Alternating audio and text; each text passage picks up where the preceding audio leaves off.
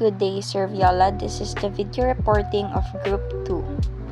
Here are the learning objectives of our topic. First is to explain what is meant by organization architecture. Second is to describe the different organizational choices that can be made in international business. 3. Explain how organization can be matched to strategy to improve the international business. And lastly, to discuss what is required for an international business to change its organization so that better matches its strategy. Organizational structure is a overall setup ng isang company to help operate smoothly. It includes different elements like structure, process, organizational culture, people, and incentive and controls. Bawat parte nun is merong important role para masigurado ang company works effectively and efficiently. In simple terms, it's the framework or structure used to manage the difficult parts of a business. So, especially if it's operate in multiple countries. So, first one is the structure. So, it is how tasks and roles are organized and such as like choosing to keep decision making in one place or spread it out. So for the process is the way decisions are made and work is done, like planning strategy or evaluating managers. So sa organizational culture is shared values, persons, priorities, and actions. So yung for the norms, it's like a behavior ng isang tao in a society or a group that guide how people behave within the organization. So for the people is individuals and teams within the organization. So selected based on the skills and values. So sa incentive and control, so ito yung sistema na kung saan minimeasure ang performance and encourage desired behaviors. So, it often tied to performance metrics. So, consistency across components. So, each part of organizational architecture must fit well with the others for effective performance. So, example na dito yung a company has a factory in Taiwan, so making parts and another in Mexico putting products together.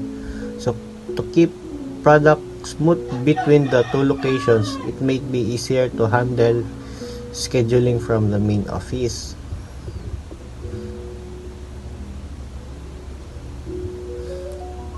So, next tayo sa different strategies and their effects. So, localization strategy, ang bawat national branch operates independently. Kaya low interdependence ito. So, sa global strategy naman is kailangan ng coordination sa iba't ibang bansa para makalikha ng halaga, which increases interdependence. So, sa transnational strategy is high interdependence between branches, but also high complexity and cost due to the need for both global coordination and local responsiveness.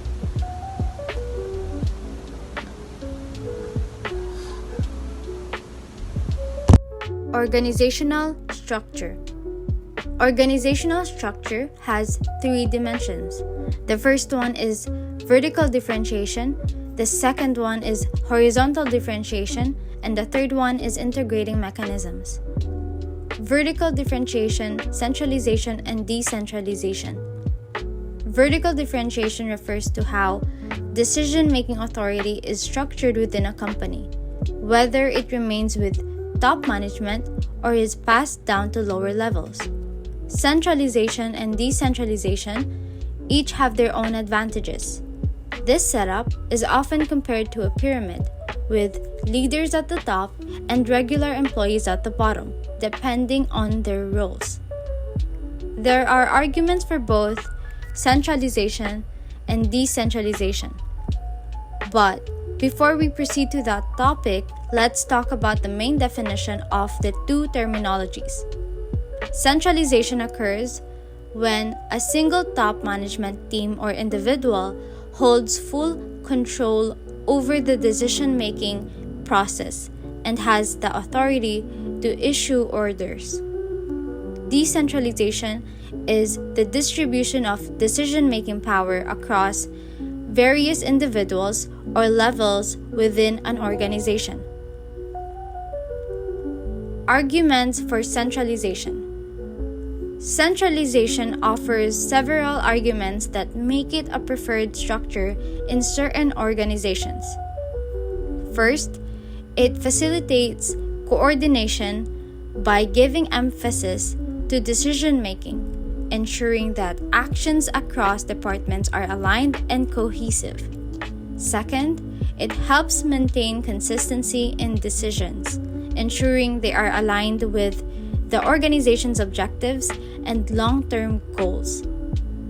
Third, by concentrating power and authority in the hands of top management or a single leader. Centralization enables swift implementation of significant organizational changes when needed. Lastly, centralization reduces the duplication of efforts by preventing similar tasks from being carried out independently by different subunits, thereby improving efficiency and resource allocation. Moving on to arguments for decentralization. Decentralization is supported by several arguments. First, when decision-making authority is concentrated at the top, it can overwhelm top management, leading to poor or inefficient decisions. Second, motivational research suggests that decentralization fosters employee engagement and satisfaction by granting them more responsibility in decision-making processes. Third, decentralization allows for greater flexibility, enabling different parts of the organization to adapt quickly to changes or challenges specific to their areas. Fourth, it often results in better decisions because individuals at lower levels are typically closer to the operational details and better equipped to address them. Finally, decentralization can improve control by distributing decision-making authority, ensuring accountability and effective management at multiple levels. Strategy and centralization in an international business. The decision between centralization and decentralization is not absolute.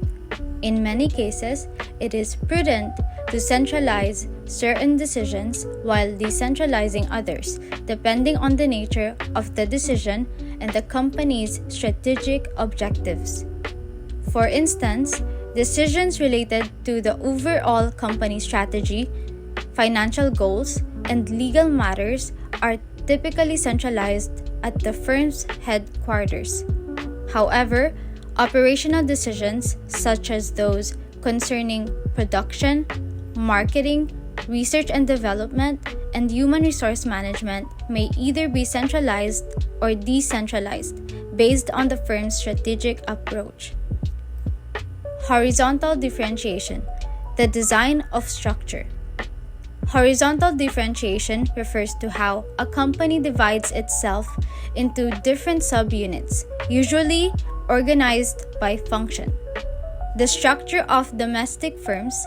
As companies expand, management demands also grow, which often results in the organization being split into functional areas such as production, marketing, and sales, usually with centralized decision-making. In a product divisional structure, each division oversees a specific product line or business area, allowing for more focus on individual products. The international division. When companies first expand internationally, they often consolidate all their international operations into a single international division. This is common for companies organized by function or product divisions. Regardless of the firm's domestic structure, the international division is usually organized by geographic regions. Many manufacturing companies began their international expansion by exporting products made at home to foreign subsidiaries for sale. However, despite its common use, this international division structure can lead to issues. The separation between domestic and international operations creates a dual structure, which can result in conflicts and coordination between the two. Worldwide area structure. In a worldwide area structure, firms divide operations by geographic areas, with each area functioning as an autonomous entity responsible for its own activities like production and marketing. Following that is worldwide product divisional structure. A worldwide product division structure is used by diversified firms with domestic product-based divisions. Each division focuses on a specific product or product category and manages its production, marketing, and sales worldwide.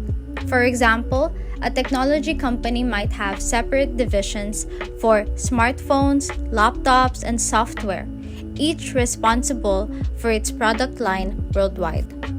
Global matrix structure. In the classic global matrix structure, horizontal differentiation occurs along two dimensions: product division and geographic area. The idea behind this structure is that responsibility for operating decisions related to a specific product can be or should be shared between the product division and the various geographic areas of the firm. This dual decision-making responsibility is believed to help the company achieve its goals in both product development and regional markets simultaneously. Let's proceed to integrating mechanisms. Higher-level managers responsible for coordination can easily become overwhelmed by the sheer volume of work, particularly when dealing with large, diverse, or geographically spread out subunits. In these situations, companies often use integrating mechanisms, both formal and informal, to help manage coordination effectively. Strategy and coordination in the international business. The need for coordination between subunits depends on the firm's strategy. Coordination is least needed in firms following a localization strategy, higher in international companies, and even more so in global companies, and highest in transnational companies. Firms with a localization strategy focus mainly on local responsiveness, often operating with a worldwide area structure where each area has significant autonomy and its own value-creating functions. In contrast, firms pursuing an international strategy require more coordination to transfer core competencies and skills between domestic and foreign units. This coordination supports the sharing of expertise and product offerings across different locations. There are actually impediments to coordination because managers of various subunits have different orientations, partly because they have different tasks. When we say impediments to coordination, this means factors that hinder effective communication and cooperation between managers. These differences in orientation can arise from the distinct goals of each subunit. Such challenges to coordination are common in many firms, but they can be especially problematic in multinational enterprises with numerous subunits both domestically and internationally. The separation of time zones, distance, and nationality often reinforces these differences in orientation between managers of the subunits. Formal integrating mechanisms. The formal mechanisms used to integrate subunits range in complexity from simple direct contact, liaison rules, to teams and matrix structures. Generally, the more coordination is required, the more complex these formal mechanisms must be. Direct contact between subunit managers is the simplest form of integration. In this approach, managers of different subunits reach out to each other or one another whenever they share a common concern. Informal integrating mechanism. Knowledge networks. A knowledge network is a system for sharing information within an organization that relies not on formal structures, but on informal contacts between managers and distributed information systems. The key advantage of such a network is its ability to serve a non-bureaucratic channel for the flow of knowledge across a multinational enterprise. For a knowledge network to function, managers at different locations within the organization must be connected, even if only indirectly. To summarize, Learning Objective 2 highlights key challenges in managing multinational firms. Multinationals often need integration, especially when pursuing global standardization, international or transnational strategies. But achieving this integration can be difficult due to coordination barriers. Traditionally, firms have relied on formal integrating mechanisms to achieve coordination. However, these mechanisms can be bureaucratic and may not address the issues arising from different subunit orientations, particularly in complex matrix structures. Despite these challenges, a complex matrix structure is necessary to balance location and experience curve economies, local responsiveness, and the transfer of core competencies across the organization. There appears to be two solutions to these challenges or to address these challenges. First, establishing an informal knowledge network to perform much of the coordination work. And second, building a common culture across the firms. However, achieving both of these solutions is not easy. Let's move on to our next topic, which is the control system. Ano nga ba ang control system? So, ang control system are mechanism that organization use to ensure that their subunits and employees are acting in a way that aligns with the company's overall strategic and financial objectives. They help organizations maintain order, efficiency, and accountability.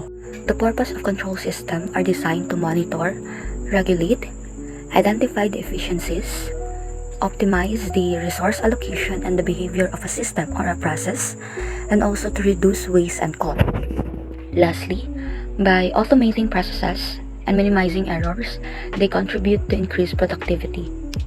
There are four main types of control systems that are used in multinational firms, which are the personal, bureaucratic, output, and cultural controls. So first, we will tackle about personal controls. So first control is a personal controls. This type of controls relies on direct supervision and personal contact with subordinates or employees. It is often used in smaller organizations or to manage key individuals. For example, is a CEO regularly meeting with division heads to discuss performance and strategy. Katulad na lamang sa ginagawa ni Jack Welch, the longtime CEO of General Electric. They had regular one-on-one meetings with the heads of all General Electric's major businesses.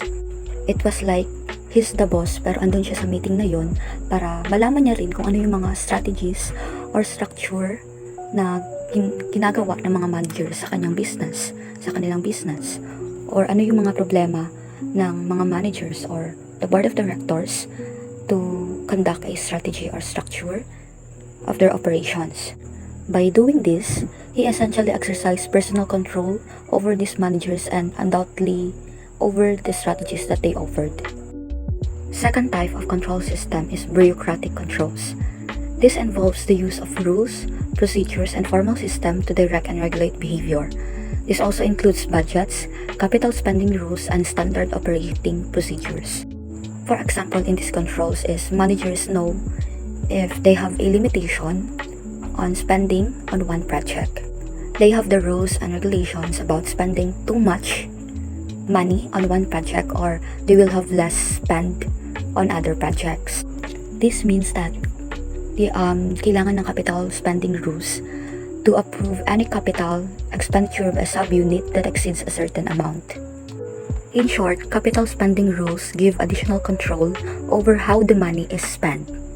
Our third type of control system is the output controls that focuses on setting performance goals for subunits and measuring their achievement. These goals are often expressed in terms of quantitative metrics like profitability, market share, or productivity. For example is a sales team in a company being given a target number of sales to achieve by the end of the quarter.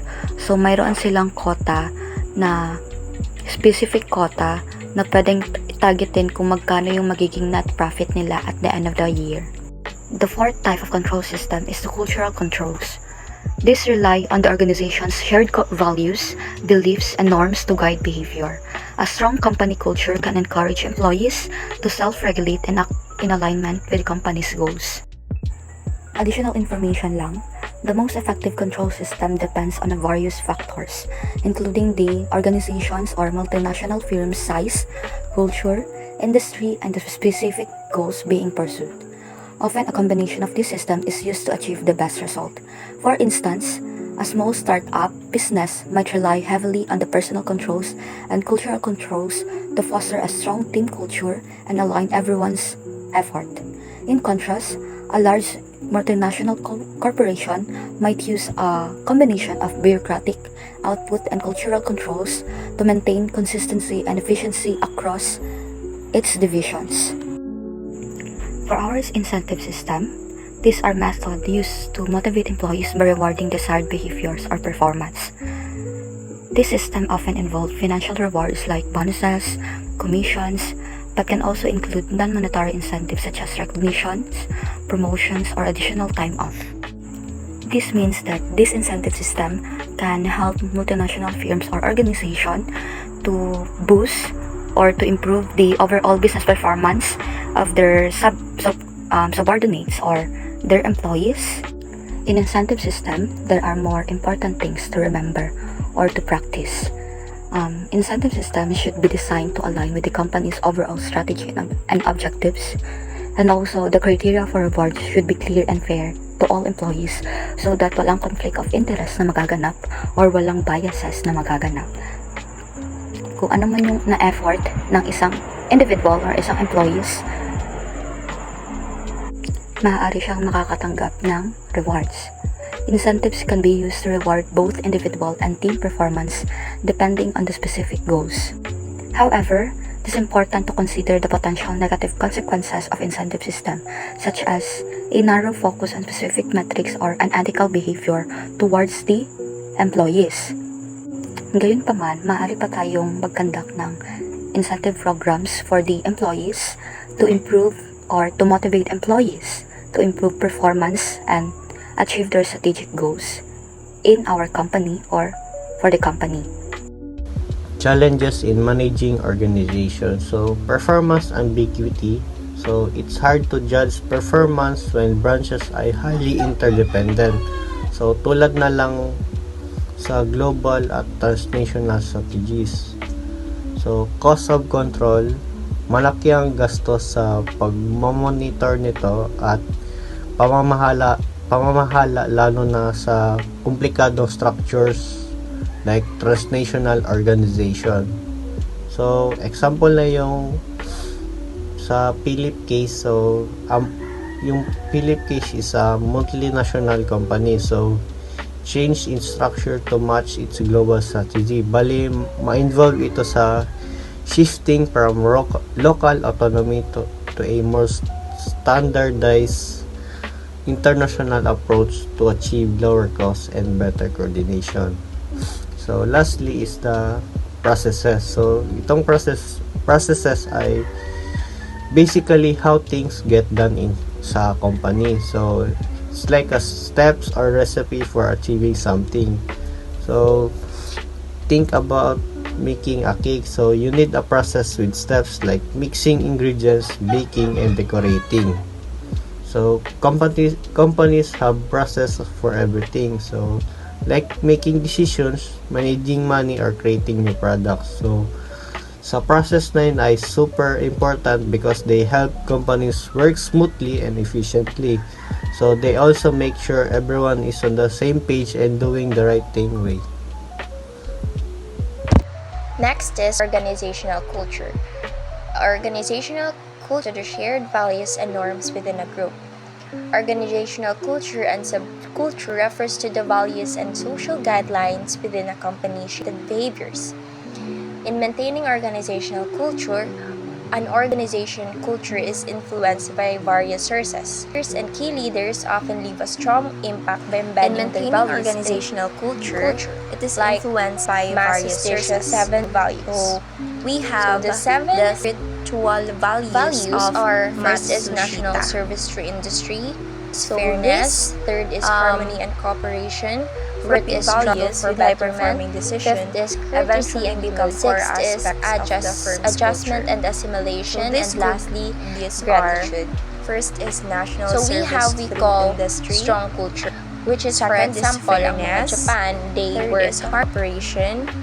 Fourth is struggle for betterment. They work really hard. They are on time. Unlike Filipino na kung hindi kultura na yun is might as well quit your job. Gratitude.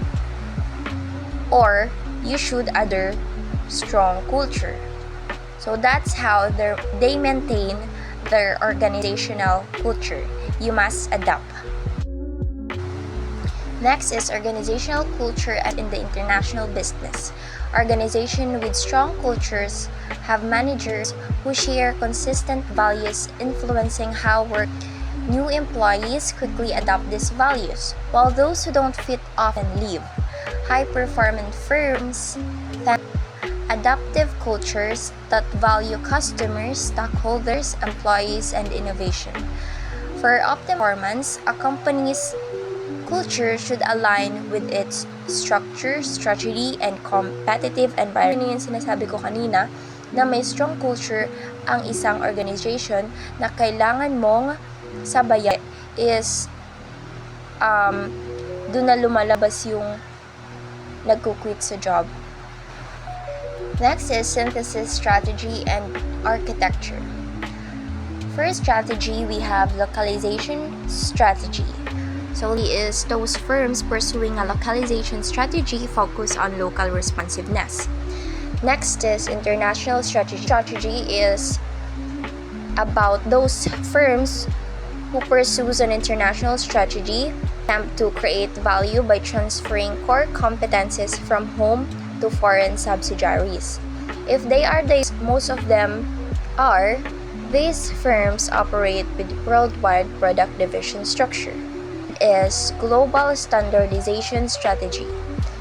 Ito naman yung mga firms that pursue globalization strategy that focus on realization of location and experience economies. Lastly is transnational strategy. These are the firms pursuing a strategy focused on simultaneous attainment of location and experience curve economies, responsiveness, and global learning. For a firm to succeed, there are conditions that must be fulfilled. The first is it must be consistent with the environment in which the firm operates. And second, the firm organization architecture must be consistent with its strategy. So if the strategy environment, the firm is likely to experience significant performance problems. If the architecture does not fit the strategy, it's likely to experience performance problems.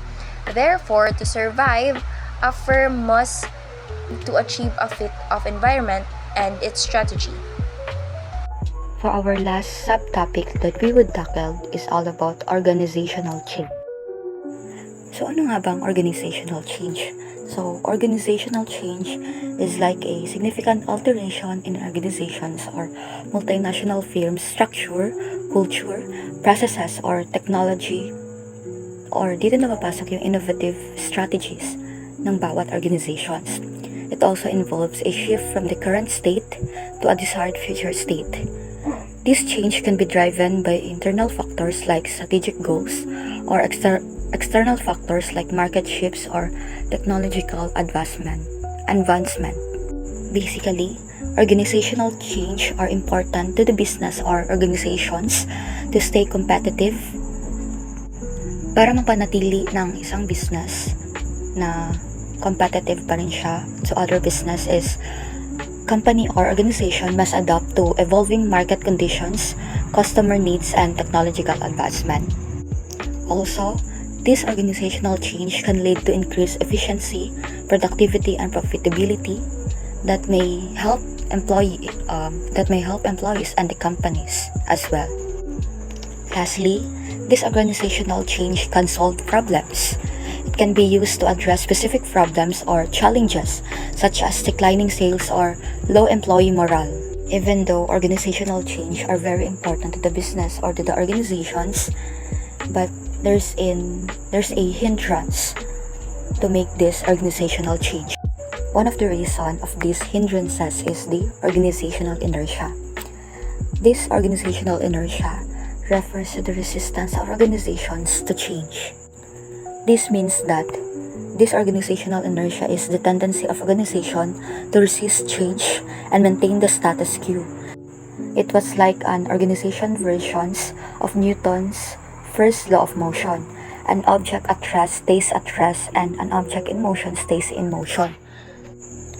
Parang, kumbaga pa, kung isang bagay is hindi natin ginagalaw, wala talagang mangyayaring changes, hindi ba? The characteristics of this organizational inertia is organization can be reluctant to adopt new strategies, technologies, or business models, even they are clearly beneficial. Additionally, organization may struggle to respond quickly to changes in the market or industry. Lastly, outdated processes and procedures can hinder productivity and innovation. And also, pinoproblema rin ng mga organization or ng business to make changes to their business is yung mag-adjust na naman sila sa panibagong environment, which is maapektuhan yung productivity or work productivity ng isang empleyado kasi mag-adjust na naman ang mga empleyado sa new environment. To overcome this organizational inertia, strong leaders can inspire and motivate employees to embrace change. Organization should encourage creativity and experimentation. Also, flexible and adaptable processes can help organization respond quickly to change. And lastly, empowering employees to make decisions can help speed up the change processes. However, despite of this organizational change, we can implement organizational change in our business or in an organization if gugustuhin natin. So there are 3 basic principles to implement organizational change in an organization or multinational firms, such as unfreezing the organization, moving to the new estate, refreezing the organization. Unfreezing the organization, this means that it needs to disrupt the current state and create a sense of urgency for change. Second principle is moving to the new state. Implementing the desired changes such as reorganizing structures, redefining rules and roles of the employees, and introducing new processes. Third basic principle of implementing organizational change is refreezing the organization by consolidating the new state and ensuring it becomes the norm. For example, as I mentioned earlier, the General Electric under Jack Welch company. General Electric under the leadership of Jack Welch is often cited as a successful example of organizational change.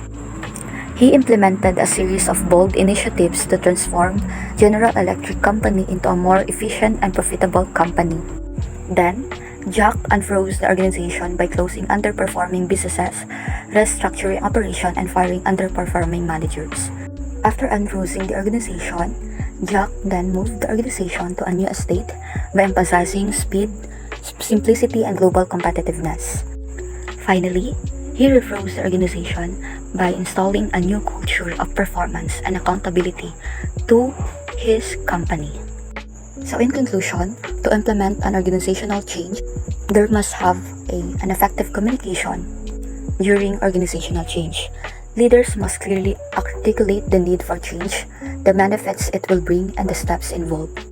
This means that the leaders must communicate to the subordinates or the other employees about the changes they made or they make or we will make.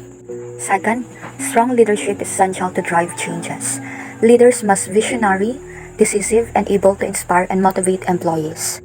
Third is the employee involvement. Involving employees in the changes process can increase their buy-in and reduce resistance. Finally, organizational change is an ongoing process. Organization must continuously monitor the performance and adapt to new challenges and opportunities. By understanding the challenges and strategies involved in implementing organizational change, organization can increase their chances of success in a rapidly changing business environment.